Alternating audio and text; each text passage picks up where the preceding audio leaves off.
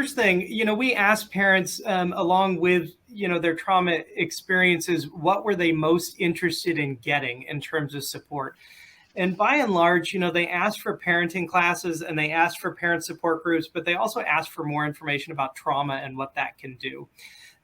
So I think that the first tip is ask the family what they want, right? Mm-hmm. What is it that they think would be helpful that they need? Second tip, it's usually not mental health, right? They usually don't need a mental health provider. They usually need some supports and some scaffolding for their parenting skills. And so those are the things that we usually turn to in terms of what we offer them.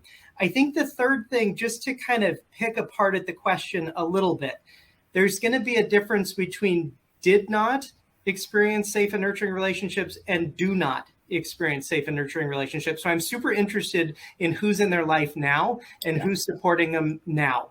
And if you have that, that's great, right? So we go through this exercise with some of our families that's about circles of support. And if you think about like drawing a target, so you have an inner circle, a secondary circle, and a tertiary circle. In the inner circle are like, who are the people in your life that you can call at 2 a.m, no matter what, and they're going to have your back and they're going to answer your questions and they're there to support you. The second circle is, the people who you might know more casually that you kind of would ask them questions some other time during the week, like, hey, I'm having a rough time, can we go get coffee or whatever?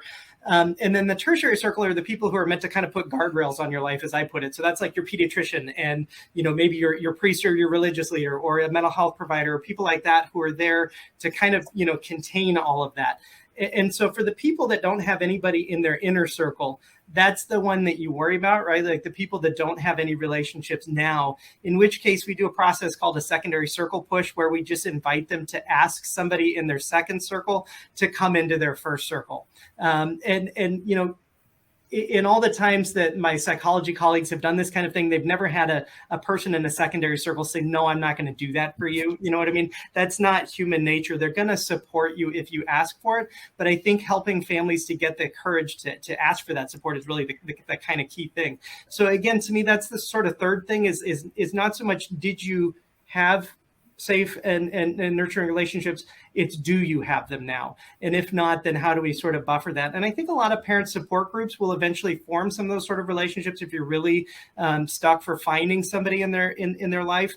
So that to me is first ask, then figure out what parenting supports you can give them, and then third, kind of figure out who's in their life right now that can kind of help support them through their parenting experience.